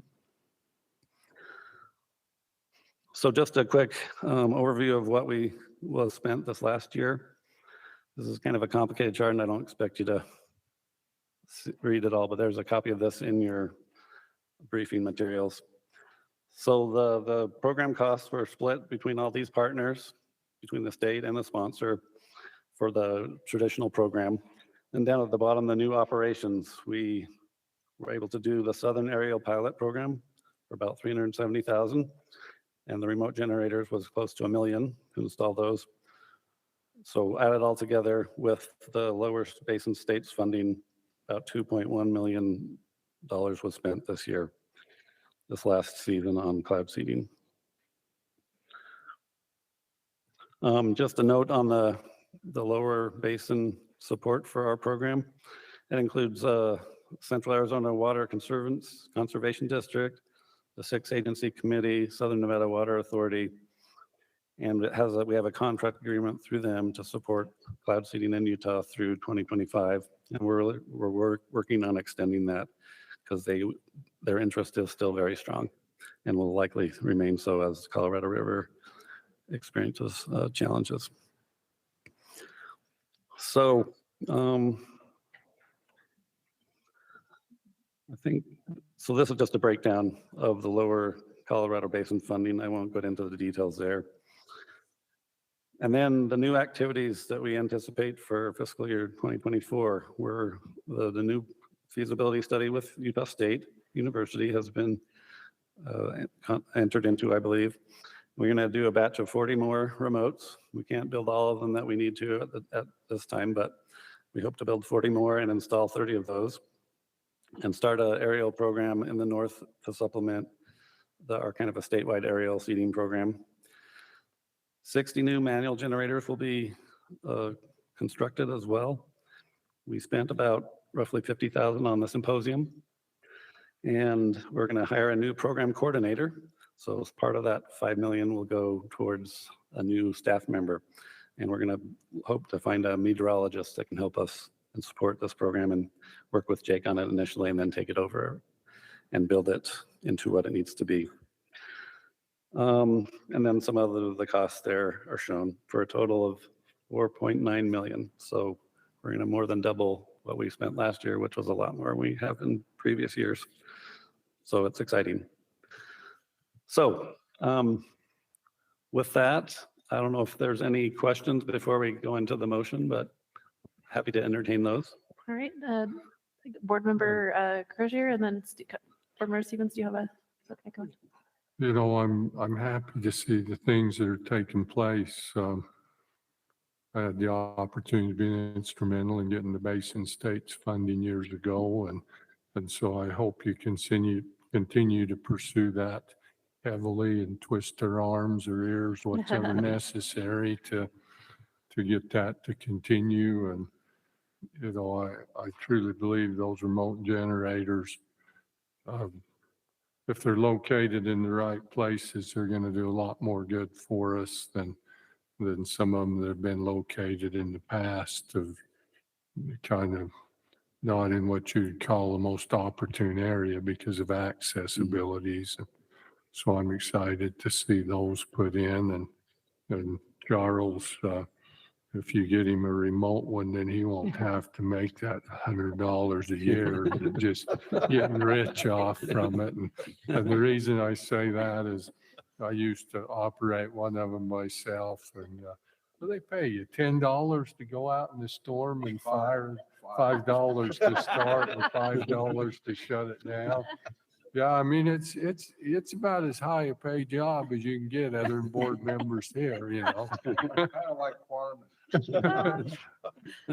Well, at least farming, there's optimism. Anyway, but no, it's exciting to see the changes, and, you know, and even if it's a small percentage, the value of water is extremely great. So I'm just supportive of the program. So. Thank you, Randy. We appreciate your support.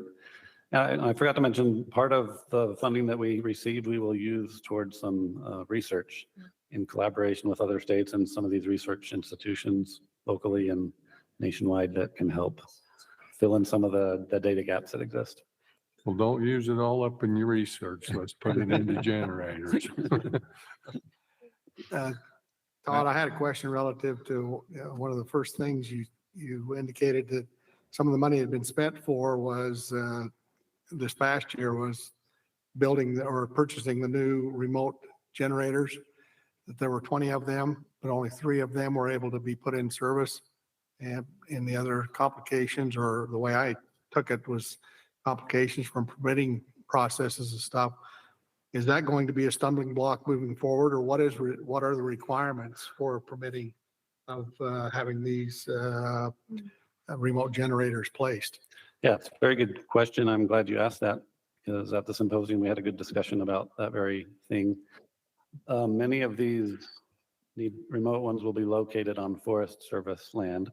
So that means you have to go through the Forest Service permitting process to get those sited and permitted and then deployed.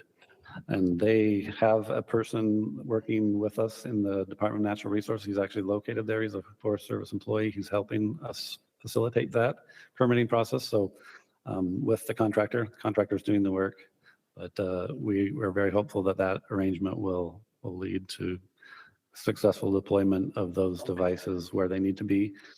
There's obviously other options with state land and private land that are a little easier, and those would be worked on as well. So those will be less complicated, but yeah, it just takes some time to go through the processes that are necessary. Madam Chair, if I might add to that, and Todd covered it brilliantly. I would just add that part of the challenge was actually the manufacturing of these remote generators, right? So the $1 million grant that was received from GOEO was geared toward developing them, as well as helping get the manufacturing equipment and the technology that were needed. So we did get the 3 sited. As you might notice as well from those pictures, they're on a trailer. So they're meant to be temporary. So that makes permitting easier, that you're not putting in something forever, right? It's more of a temporary permit that we are able to get. And then we're also not only looking at Forest Service and federal land, but state-owned land and even private land that might be easier to go through the process. Great. So yeah, Thank all of you. the things. All good It's been things. fun. Board Member Davis. Yes. Thank you. Curiosity question. How does the effectiveness compare between the ground-based units and the aircraft seating? The effectiveness, maybe a dollar-wise, or I don't know. I'm just curious. That's a great question. I can't tell you quantitatively how more effective it is, but if you can release that silver iodide right into the supercooled air, that you're more likely to have cloud formation where you want it to occur. The ground generators have to go up and over the mountain to get to the cold air, and that happens naturally when a storm comes through the orographic effects. We know it works, but takes some time. It takes about 45 minutes sometimes to travel up and be where it starts forming clouds. Whereas with an airplane, you can get it right where you want it. Instantly, it will start forming clouds. So I think the aerial program is more effective in that sense. How much more efficient runoff-wise, I guess, is to be determined. We'd have to study that and look at our results in the future. But I think with the two combined together, you're covering your bases pretty good and maybe even exceeding the optimal distribution of silver iodide particles into the clouds, but we don't know that. There need to be more research on what the ideal density of dispersion would be. Well, and I think that's where your remote generators come into key play too, because you're introducing it more in an optimal place to move it up into the cloud space rather than just the ground seeders. So I think from what I understood, that if you can introduce it up higher, it's probably more beneficial than where we were dumping it. So. Yeah, that's a good point. To this point, our program has all been ground seeding, ground generators. So when we've recognized a 4 to 10% increase in snowpack based on our estimates of the data that we collect. So we maybe see a little bit more because we're doing it a little bit quicker and more efficiently, but that's yet to be determined. We hope it will be. Any other questions before we get to the motion? No, I just have a comment to Madam Chair that, well, before I go to that comment, one of the reasons they're doing more of the remotes too is they can't find enough volunteers, I guess, so to speak. To run the manual generators. So that was one of the issues. They have trouble finding people. Well, they've only got 5 million this next year. Yeah. You hate to see them use it up on them ground people. Yeah, for sure. And I have to drive 3.5 miles to turn it on too. They won't even pay my mileage. Anyway, for information to the board, I'm a contract employee of North American Weather and light a cloud seeder, even though it's a minimal amount of payment. I still will, there's a potential for a conflict of interest, so I won't be, I'll abstain from the vote when we come to that. All right, thank you. Well, I'll be looking for a motion then. Mr. Chairman, I move the board commit up to 200,000 for the 2023-2024 operational cloud seeding program with the maximum state cost share of 50% with local sponsors. Great, thank you. Madam Chair. Oh, seconded by Board Member Davis with support by Board Member Jones. Any discussion? All in favor? Aye. Aye. Are there any opposed? Right, Madam Chair, I will abstain. Thank you. The motion passes unanimously with Charles Holmgren abstaining from participating in the vote. Okay, final action item is our 2024 board meeting schedule. We circulated this, or the division circulated this, I think over the past couple of weeks, and we've landed on the list of dates that is in your board packet. I'm not sure what page it's on, but it's in your board packet. We've had some time to review these. And so it's my understanding that we do need a formal vote on these. So I would be, there's no, there we go. I'll just read them out for the record. So January 25th, which is a Thursday, March 20th, which is a Wednesday. That one would be in St. George, connected to the water users meeting. May 9th, Thursday, June 20th, Thursday, August 15th, Thursday, October 10th, Thursday, which I will note is my daughter's birthday, and December 11th, which is a Wednesday. So I'd be looking for a motion to approve those dates. Madam Chair, I'll make that motion. Yep, But as I recall, we had some discussion at the last board meeting about dates. Did those get reflected in these? Did those changes get reflected in these? Chilean's coming proposed up dates? to the mic to provide. Yeah, there was one in particular, June 27th is what had been presented Okay. as proposed at the last one. Blaine knew at that time he had a conflict. Within a week or two, Chair Tenner let me know that she also had a conflict with that date. So we moved it up to June 20th. So that's what's been reflected there. With that discussion, then I will make the motion that the board approve the 2024 board meeting dates as discussed. All right, second, is there a second? Second to the All right, motion. Madam seconded by Board Member Holmgren. All in favor? Aye. Aye. Any opposed? The motion passes unanimously. All right, we're going to wrap this up with a report by our director. Madam Chair and members of the board, thank you so much. I'll try to be brief in my remarks. Just a heads up, interim meetings are next week. Emily Lois and myself will be presenting on an update of the statewide water marketing strategy that she's been working very hard on.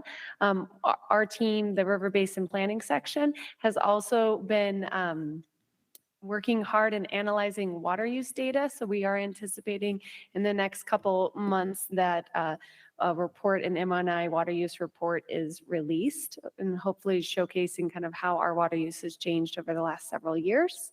As a conservation update, as you all know, we have the landscape incentive, I was going to say rebates, but we don't call them rebates. They're just incentives, landscaping incentives to modify landscapes from grass into water-wise landscaping. We've had over 3,700 applications, and this is including the state as well as the districts that have historically had programs. So Washington County Water Conservancy District, Weber Basin Water Conservancy District, Central Utah Water Conservancy District, and Jordan Valley Water Conservancy District. So we have partnered with them and are making great headway. So almost 2 million square feet of grass has been replaced.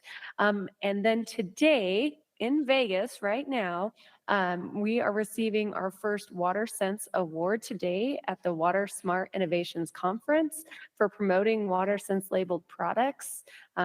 This is together with the district partners. We've offered rebates for smart controllers and toilets since 2018. So it's pretty exciting to be recognized for that. As far as watershed councils, there's been lots of work going on with watershed councils. So we have the State Watershed Council formed, and now we have 6 out of the 12 local watershed councils throughout the state have been organized, all 5 within the Great Salt Lake drainage, plus the Uinta Basin Watershed Council. So we're looking forward to continuing our connections and strengthening our relationships with locals and stakeholders as we work closely with each of those local councils as well as the state watershed council. As far as the Colorado River, there's always lots going on, but just to kind of shorten it up, keep it short and sweet, there have been a couple of different Upper Colorado River Commission special meetings this summer. And in the most recent one, they confirmed that they will hold a 2024 system conservation pilot project. So they will be doing additional leases of and fallowing of water in the Colorado River Basin. That will be streamlined, and there's definitely more information that will come out on that. They also passed a drought response operations agreement resolution, pretty much saying that any operations, any releases out of any of the upper initial units, including Flaming Gorge, down into Lake Powell, so that kind of DROA water, where we're trying to shore up the elevations within Lake Powell, shouldn't increase the amount of water being released from Lake Powell because of that. And there's a lot of issues associated with that, and I'm happy to discuss maybe offline with you, but just wanted you to know that they did pass a DROA resolution in this last special session. So Reclamation did have their notice of intent regarding the environmental impact statement for the post-2026 operations. They had requests for public comments that were due August 15th. And so the state of Utah, through the Colorado River Authority of Utah, signed and submitted 3 letters, one in conjunction with the 7 basin states, one in conjunction with the UCRC, so the Upper Colorado River Commission, and then we had a state-only letter that we also submitted. So I'm happy to share those if that's interest to the board. I believe you can find them all on the Colorado River Authority website, but I'm happy to send those to you directly in your mailboxes if you guys would like. Yeah. Okay. And then just one other thing to note is the 7 basin states are working on a consensus alternative for the post-2026 operations. So pretty much they're in the thick of negotiations and trying to come to some consensus there.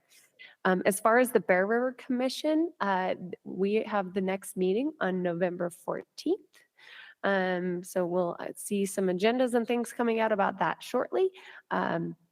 And then Utah Waterways, with some of the legislation that was passed this last session, we had the opportunity to create a new nonprofit, a public-private partnership called Utah Waterways, to help educate on water conservation, all things water, and to coordinate and be a hub for water information. Through that process, we've hired an executive director, and some of you may know him, Tage Flint.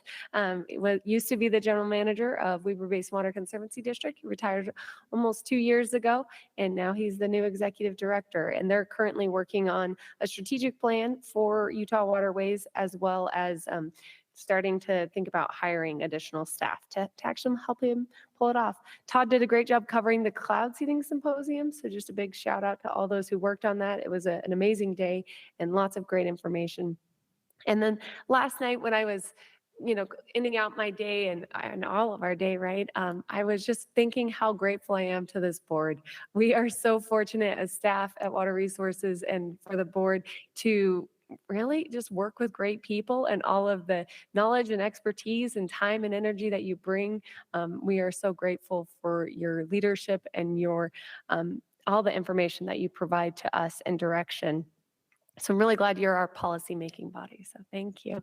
And then as always, I'm just always thrilled and amazed at our team at Water Resources and all of the work that they do to, make us all look good. And I always tell them, I'm your backup dancer, right? They're out there doing all the hard work and I just get to support them. So just really grateful for all of them. So, and that is my director's report. Thank you for the information and the comments, and I'll go ahead and go out on a limb and speak on behalf of the entire board. But Candace, we just appreciate you so much, and we appreciate the team, and we just feel the same way about working with you. It's just an amazing opportunity. So thank you. Great. So if there are not any questions for Candace, I would be looking for that final motion.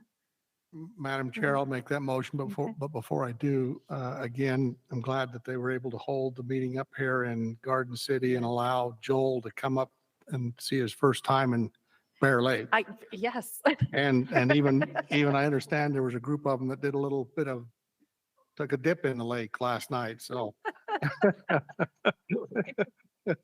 It actually, Madam Chair, if I Yes, might, yeah. it is our new tradition. And so Oh. next time, Okay. we'll expect to see some of you guys out there. That's The next board tour. That's we're board gonna go in the excluded.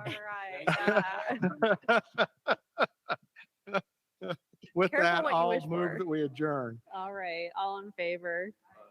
All right, Wow. thank you for an excellent meeting. Safe travels to everyone and look forward to the next one.